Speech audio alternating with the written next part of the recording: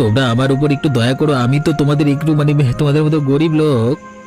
তুই যে আমার সাথে কি ব্যবহার করেছিলিস, নবীন বাবুর বাড়ি থেকে কিভাবে বের করে দিয়েছিলিস, সব কিছু আমার মনে আছে। লালন, তোমাকে আমি একদম পরিষ্কার করে বলতে চাই, এদের যদি কোনোভাবে তুমি সাহায্য করো, আমি এখান থেকে বেরিয়ে যাব। দরকার হলে মৃত্যু হোক আমার, তারপরও আমি এখানে থাকবো না। বুড়িমা, তুমি পাগল হয়েছো নাকি? আমি এদের সাহায্য করব? আমি কোনো অমানুষদের সাহায্য করতে পারবো না। আমাদের সাথে এমন করো না, সাহায্য করো।